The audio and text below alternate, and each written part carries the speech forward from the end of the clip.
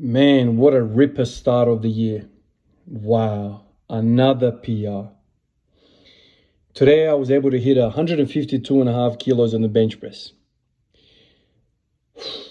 I don't know what's going on. Right now I'm just thinking to myself, there's something up here, man. My son was born on the 2nd of October. I was struggling to bench press 70 kilos for sets of 10 without elbow pain.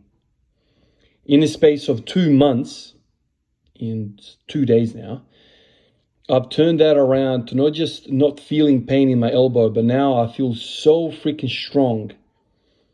So freaking strong in the bench press that I feel like it's just week to week, I feel like I'm getting stronger and stronger. I think it's been like 2 weeks, something like that, since I've backed away from attempting a bench press PR. There was like a week and a half stretch where I was hitting, not even a week and a half, it was like a week where I was hitting bench press PRs back to back to back, 142.5, 145, 147, 150. I was going crazy with it.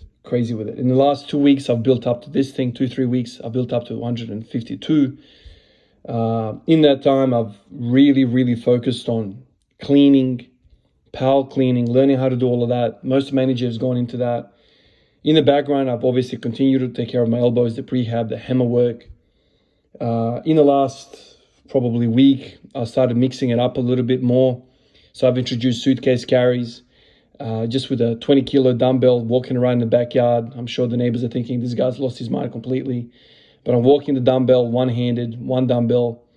I'll set a timer for 5 minutes. I'll do 5 sets of that. So I carry the dumbbell. I can't carry it in one hand for 5 minutes. So as soon as it gets burning and I'm about to drop it, flick it to the other hand. So I do 5 minute stretches of that. I do 5 sets of that. That's what I did today. And I must admit, like doing the suitcase carries, I feel like makes the elbow pain worse for whatever reason. And so when I started benching today, I did it on the back off doing 5 by 5 minutes of suitcase carries. Got to the bench, I started feeling a little bit crappy. Went back to the hammer work, started doing the hammer work again. So in the last 2 months, essentially, not 2 months, for the last 1 month, I want to say, I've been really experimenting with these arm wrestling movements that are out there. I've been listening to a lot what they talk about in terms of how to get forearms stronger. Because if you think about what arm wrestling is, it's just a forearm freaking, sport. Of course, there's much more to it, but from outside in, they spend a lot of time doing pronation, supination, cupping, rising, all of these terms which I've learned in the last few weeks. So there's some things that make my elbow pain worse, other things that make my elbow pain better. But overall, I feel like I'm just focusing on treating the pain. And so I'm kind of being guided by what feels well, and I go there and I do more of that.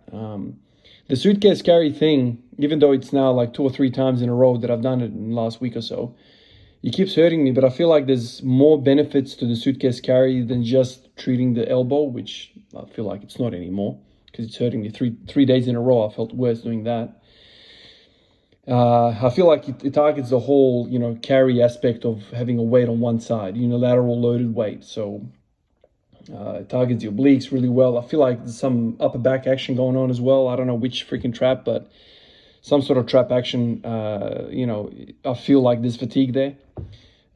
So essentially, I've been just doing a lot of weird stuff. I'll say weird. It's not weird to a lot of people, but for me, it's like exercises which are not the main stuff. It's basically prehab work. A lot of people have said it looks funny that I'm handling such a small little hammer, but I'll be frank with you, man. Like that hammer was kicking my ass. That's how weak the freaking elbow was because of the pain that I was experiencing. So rotation of the forearm was killing me. So doing a mini freaking sledgehammer work like that was really good. And so I've been experimenting with axes. I've tried to go axes. If you just, I don't know how to explain it, but like hold the axe mid handle, and then just kind of like go up and down with it. Flip the axe on the back of you, do up and down like that. Just lots of forearm work, and I've kind of worked out that what's stopping me from actually putting in the volume in the bench press, which actually makes the thing move, is the injuries. So I feel like that's the story of my life, like in terms of training. I wish I could just do 10 sets of 10, 5 sets of 5, 10 sets of freaking 5 in the squat, every single day or twice a week or 3 times a week, but I can't survive it. Just like the bench press. I do a bit of work, I get pain in the elbow, then I have to back off. With the squat, it's kind of been the story the last 4 years. With the bench press, I've kind of been lucky to work it out exactly what works for me. With the squat, I'm still kind of on the mission for that. I have some things that kind of work well with me, like the marching. The marching is goated for me in terms of that. But the thing with marching is that it makes me weaker for actual squatting. Whereas a lot of the forearm work, I can go to benching and feel not too bad. I feel kind of like warmed up and I go for it. When I do a lot of hip flexor work, I 10, 15, maybe 20% of my top weight gets shaved off because the hip flexors are so dominant in terms of your pelvic control, your lower back control. I feel like when I exhaust my hip flexors, I have a bit of butt wing. But yeah, what a start to the year, man. Yesterday I said that freaking power clean PR of 125. Today I hit 152 on the bench, which is something that has been on my mind. I've mentioned it in a few videos so far. Man, since I've started the cleaning, man, benching has felt really well as well. So in the back of my mind as well, there's also like a cascade of thoughts which are along these lines, which is maybe it's just the freaking cleans, man. Maybe it's the cleans.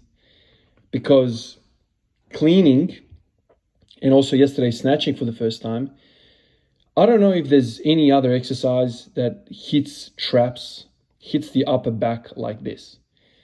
I mean, this is power training. And if any of you guys out there have done lots of shrugs, lots of things like this, you feel like the traps don't respond well to that. I've heard a lot of people give a lot of different takes on traps. And I'm not talking from like a point of view of hypertrophy, which a lot of us want, and I would love to have freaking massive traps. But in terms of power, strength, control of the shoulder blades, posture, I think these muscles, these traps, trapezius muscles, I think they best respond to quick, powerful, explosive movements. And I don't think there's anything better than doing cleans. Cleans, power cleans. If I could freaking do it properly, I think that's gonna be in a progression in a few weeks. I want to start doing clean and jerk. For now, I'm gonna spend a few weeks doing the snatches and kind of work on that a little bit. But essentially, I want to start doing clean and jerk. And I think that's like the greatest exercise ever created. It's a collection of different movements rolled into one big fat joint called a clean and jerk. Because if you think about it, it's got a pull, it's got a push, it's got a freaking squat, it's got a deadlift, it's got all sorts of things, and it's essentially finishes the weight above your head. And anytime you're controlling weight above your head, there's a whole host of stuff going on to keep that weight above your head, and even to get there. So you're taking a weight off the floor to above your head. I think it's the greatest thing. And I know, like in the Olympic weightlifting world, it's about doing the maximum weight. But I just think to myself, like, just think about the CrossFit guys. A lot of these guys are jacked. Obviously, there's drugs involved there as well. But I'm just thinking to myself, where are they getting that stimulus from? Like, what if you do clean and jerk for like sets of 10 instead of singles that most Olympic weightlifters do? What if you focus on hypertrophy using clean and jerk? I know that sounds freaking ridiculous, but it is a global assault on the body, and it's done in a functional way. So I think cleaning and jerking and snatching and all the freaking variations associated to it do something to our traps. And I think to kind of come back to my point with bench press, I think all of that trapezius, that upper back work that you do in the ollie lifts, I reckon that's done some very good benefit for me when it comes to the bench press. Now, it's very, very hard to work out exactly what is weak on you.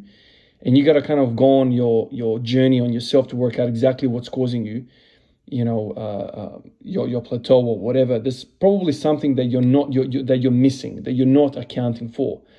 With the bench press, I've done the merry-go-round with it, and it's by freaking luck that I started doing cleans, that I started feeling really well. Obviously the hammer work as well with the elbow But I feel like I've kind of landed in a perfect scenario where I'm doing lots and lots of elbow prehab, and I'm doing these cleans, and everything feels good. You know, man, I heard a whole bunch of like physios and these, what do you call it, physiotherapists, exercise guys, exercise physiologists, whatever, all these YouTube channels online, and I read a whole bunch. And a lot of people were saying that my elbow pain is related to my upper back, which I thought, what the hell are they talking about? So there's also a possibility of that. So now I'm kind of like thinking, okay, I've worked on the forearm directly. Maybe that's part of the problem of the elbow pain, but I've also hit the upper back like crazy with the cleans, with the power cleans, whatever the hell I was doing. Like I started doing a lot of power stuff, and all of a sudden elbow starts to feel good. So maybe I've hit all sides of the elbow, the stuff underneath the elbow and the stuff above the elbow through these exercises. And now I've kind of manifested into a freaking bench pressing crazy period. I mean, the last 2 months have been insane, absolutely insane. After not setting a bench press PR for more than 2 years, I've gone 12 kilos up in like 2 months. That is absurd. That is absurd, and that is not an accident. I don't think that's by fluke. You can't do this stuff by fluke. So I'm in a good spot. Like always, guys, I appreciate you, and I'll catch you in the next one. Peace out.